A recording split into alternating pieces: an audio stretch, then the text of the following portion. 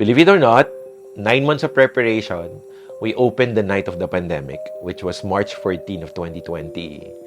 And that was, I think, the time that everybody discovered and loved their homes. The first 2.5 years of the pandemic was very good for the business. Every time a guest would come in, would probably stay for an hour walking around because there's so many things. And we always get a question, do you serve coffee? We opened a cafe. It was really to serve our clients.